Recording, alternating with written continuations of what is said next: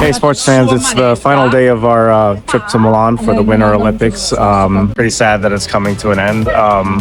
We have no actual events for the Olympics planned for today, so I thought we would spend some of this time looking at some of the non-event things that you can do as a fan at the Olympics. So that's what this video is going to be about.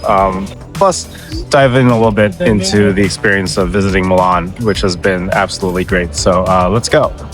If you're new to this channel, my name is Ed and I chronicle all my sports travels on my website, Itinerant Fan. It has guides to all of the stadiums in the major American sports leagues, plus some college stadiums and even major venues around the world. Check it out sometime if you're into traveling for sports.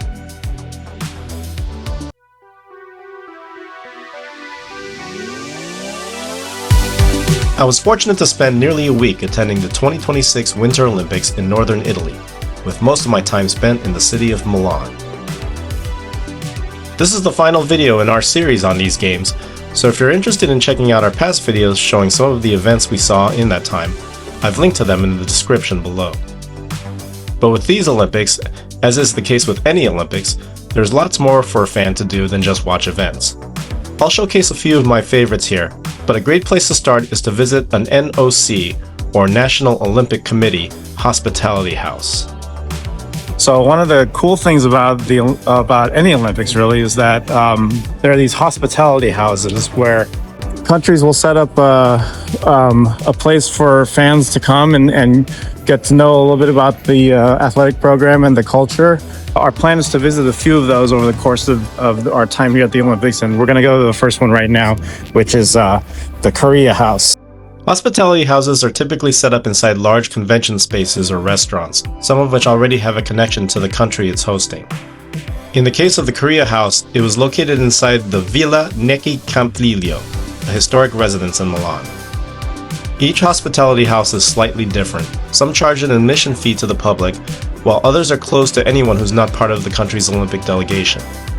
Many, like the Korea House, are free to enter, but you have to reserve a time slot in advance to limit crowding. Inside there is a pretty large area for sponsor booths, as well as something that's always a highlight for me, a place where you can sample some of the country's most well-known foods. But we timed our visit to the Korea House specifically to see something I knew my young daughter would be very interested in, a K-pop dance exhibition. I really wanted to show you this part of the routine with sound, but unfortunately the song uses copyrighted. Let's just say it's a very popular song that came out in the last year.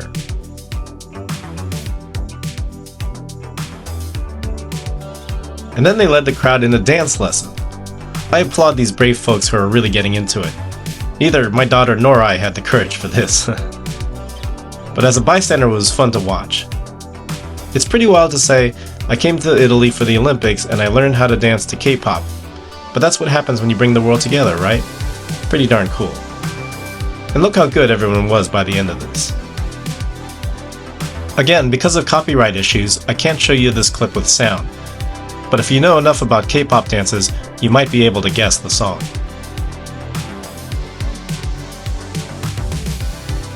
Oh, and they also snuck in a routine to one of the songs from K-pop Demon Hunters, which my daughter really enjoyed. Here's a quick little snippet. Okay, so now we're going to check out the Swiss House. The House of Switzerland was an example of a hospitality house being located in a space already associated with the country, as the Centro Svizzero, or Swiss Center, is a landmark in Milan.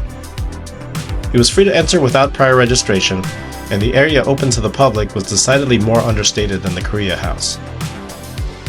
I went straight to the food stand and got myself something that I always immediately associate with Switzerland, a hot cocoa.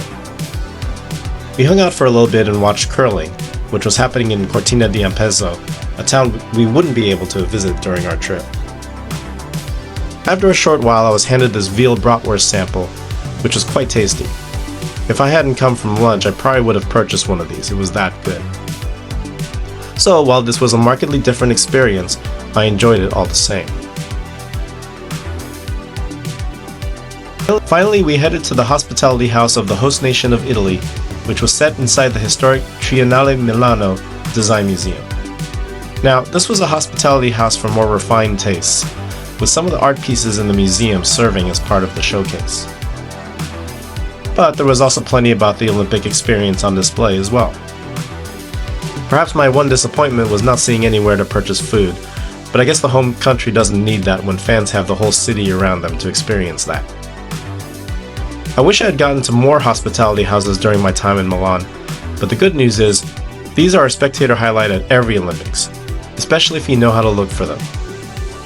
An invaluable resource for this is the House Party blog, which tracks where the hospitality houses are being set up for each Olympics. Run by Olympic fanatic Tiffany, she was on top of the latest hospitality house news for Milano Cortina, and I'm excited to see what the site has in store for 2028 in Los Angeles. Check it out at houseparty.blog, and I'll leave a link in the description below.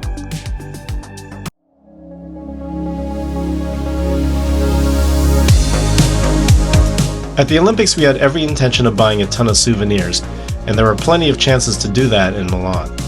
But what we didn't necessarily expect was to dip our toes into the hobby that's perhaps most associated with the Olympics. We're gonna do something that is very much part of the Olympic experience, and it's right around this corner, so let's check it out. Pin trading is a time-honored Olympic pastime, but admittedly something we didn't know much about. But on our first night in Milan, on the metro ride back from our first event, a nice lady handed my daughter her first pin for free. And then another nice lady nearby told us about the existence of an official Olympic pin trading center, making Milano Cortina the first games with a central meeting point for the hardcore pin traders out there. This one also had a promotional tie-in with Looney Tunes, and their characters were featured on some of the pins for sale here. As a newbie to the pin trading game, I had always wondered, how do you get into pin trading when you don't have any pins to begin with? Well, of course the easy answer is you have to buy some. And the Olympic Pin Trading Center afforded a great opportunity to do so. But once you do get into trading, well, there were some folks hanging out here with some impressive collections that must have been accumulated over decades. Our collection right now is pretty modest, but hey, we've got one going. And my daughter was very proud of showing them off. I'm excited for future Olympics and future chances to add to our pin collection.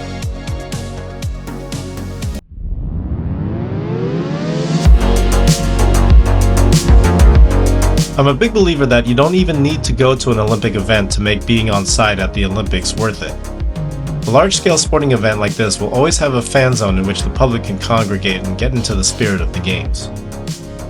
Milan had the most extensive one, but the other sites that hosted Olympic events also had fan plazas. We made a day trip to the ski resort town of Livigno during these games, and had a chance to experience that one as well. Each fan zone had similar things to see, such as sponsor activations and live music. But what I enjoyed most about Milan's so-called Olympic Avenue was that it incorporated some of the city's historic sites into the experience, such as this place, Sforza Castle, which dates back to the 15th century. It's free to walk into these grounds, and for the Olympics you could find art and sponsor installations inside. Nearby you can find more exhibits, including many by big Olympic sponsors. And of course there are interactive games and live music. We came back in the evening not only to see what proved to be a more lively fan scene, but to also check out something you have to see at any Olympics. In Milan, that required a walk across the fairly large Parco Sempione. The walk took about 10 minutes, but plenty of people were doing it because of the sight that awaited us at the end, the Olympic Cauldron. So this is the Arco della Pace, where they have put the Olympic cauldron for Milan. There's another flame lit in Cortina. Feels pretty romantic. We spent at least half an hour taking in this site, as it really gives you this feeling of, wow, I'm at the Olympics. All in all, I loved how Milan made its most visited sites part of the Olympic experience, like the Duomo and nearby Galleria Vittorio Emanuele II, which a visitor to the city wouldn't miss under any circumstance. But if you wanted to visit the Olympic megastore, the Piazza del Duomo was the place to go.